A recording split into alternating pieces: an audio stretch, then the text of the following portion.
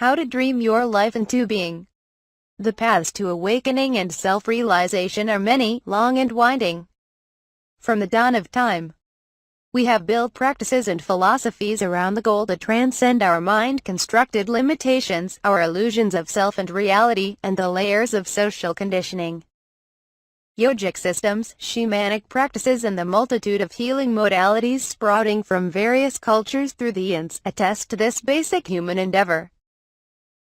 All these practices seek to hack the mind, body and energetic systems through different angles, breathing, postures, meditation, sound, and more. Yet one of the most ingenious and least known of these approaches to hacking our mind-body energy systems is through dreams.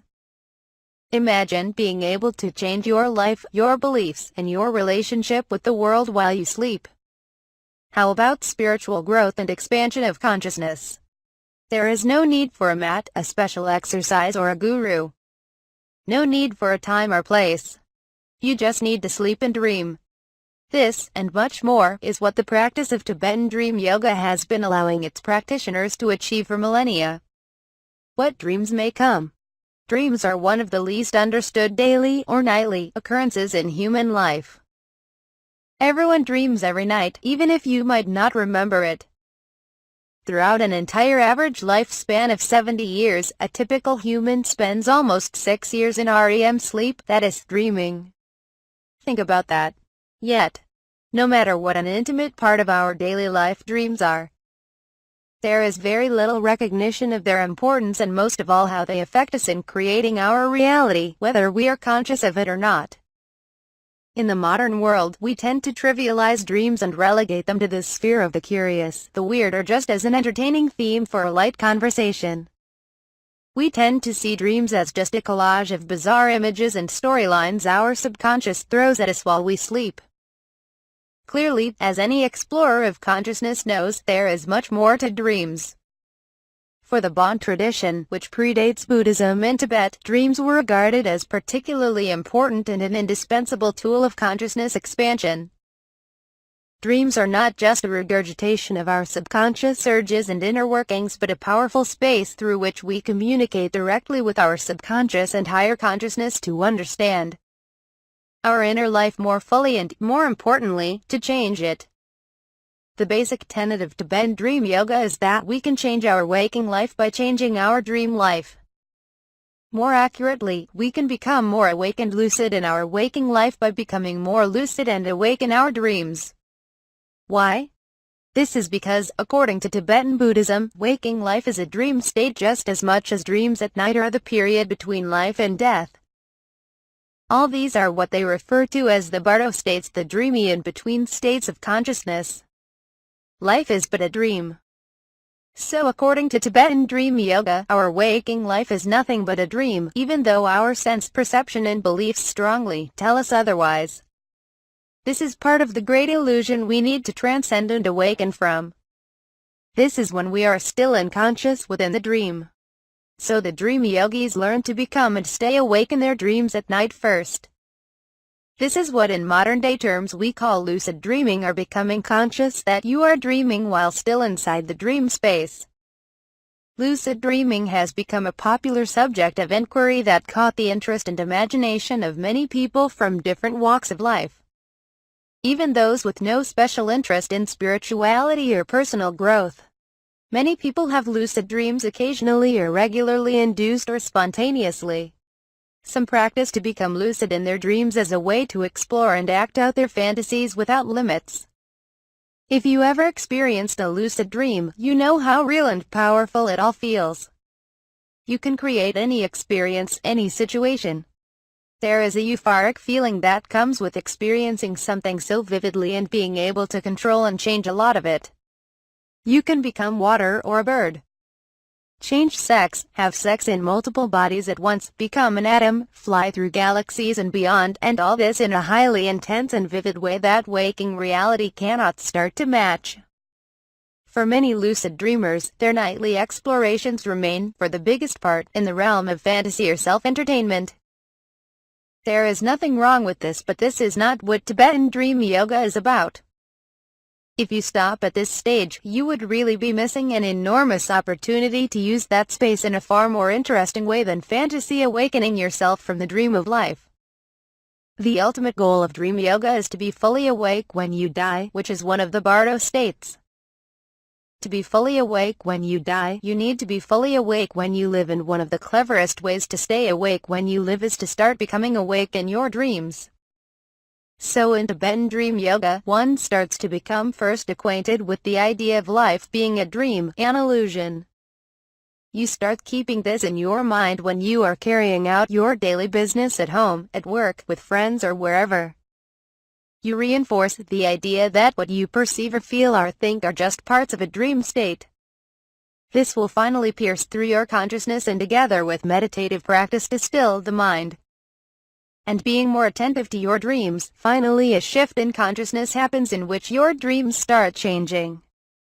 One would start having short episodes of lucidity, until after some time it becomes a regular thing. The 3 states of dreaming. According to Tibetan Buddhism, there are mainly 3 types of dreams.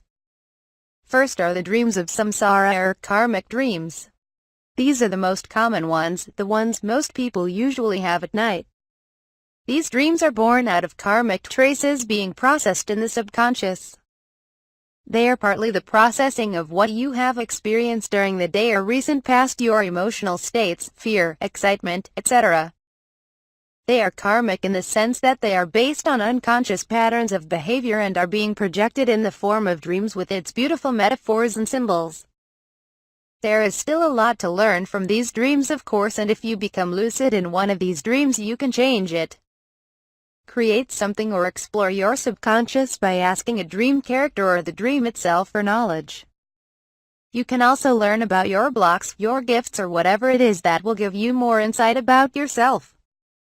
You can also explore the transpersonal realm, or what Carl Jung called the collective unconscious, for archetypal patterns etched in a storehouse of mankind's collective psyche. The second type of dreams are the dream of clarity. When you have a dream of clarity, you know it. They are qualitatively different. There is a different feel and energy to it. Usually these dreams will leave a big impression on you. You will find them energizing, recollect them more easily, and make you ponder about them for some time. The dreams of clarity are messages from your higher consciousness rather than your subconscious. Usually they offer guidance or insights that can affect a very important aspect of your life.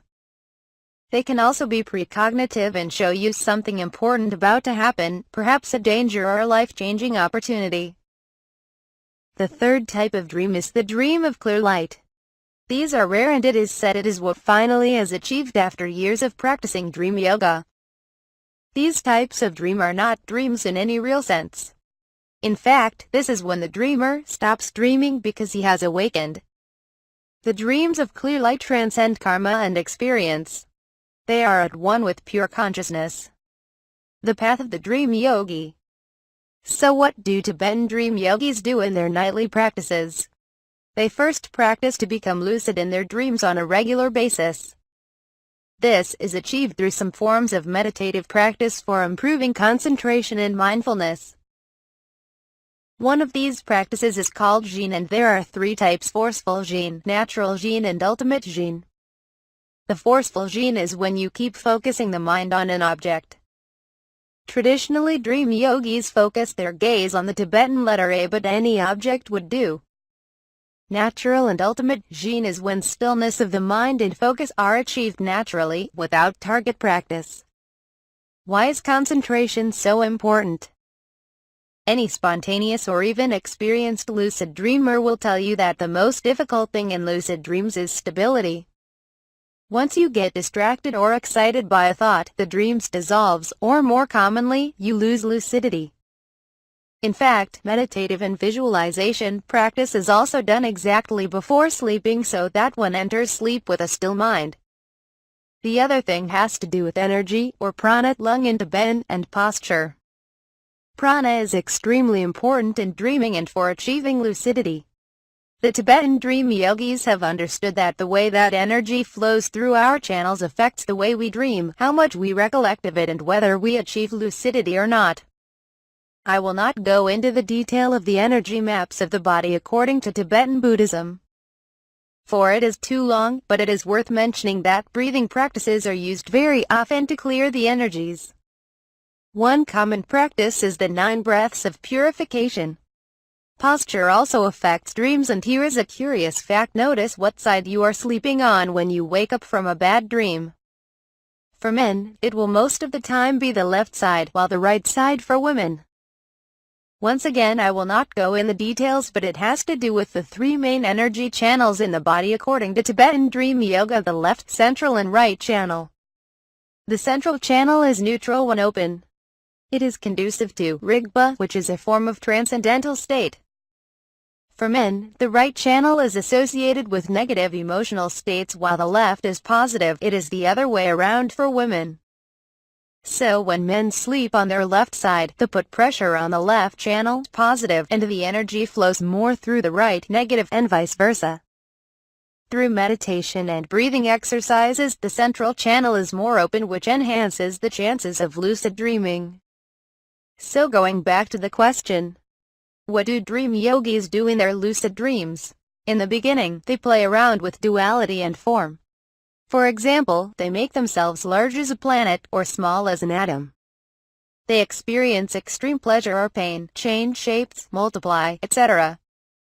This makes the mind pliable and less fixed into the conditioning of what is real or not, according to waking consciousness. It also acquaints one with the nature of consciousness and that it is not bound by physical laws or perception. From there on, it's using that lucid dream state for spiritual practice and inquiry. For example, doing meditation during a lucid dream is more effective than in a normal waking state by at least a tenfold. Actually, whatever you do in that state is more vivid, real and powerful, and it has the effect of etching itself into your subconscious. So for instance, some experienced lucid dreamers use it for practicing an art or a sport. Another thing that dream yogis do in a lucid dream state is continually healing the mind and clearing the subconscious from debris or blocks. This is highly valuable in any patchwork. Imagine being able to remove your limiting or self-sabotaging beliefs while you sleep and therefore wake up to a better, fuller you each morning. Ultimately, the goal of practicing dream yoga is to dream yourself awake, quite literally. Some ancient traditions and folk wisdom actually tell us that we dream our life into being and that creation was born out of a dream. Sometimes the truth lies closer to myth than we dare think.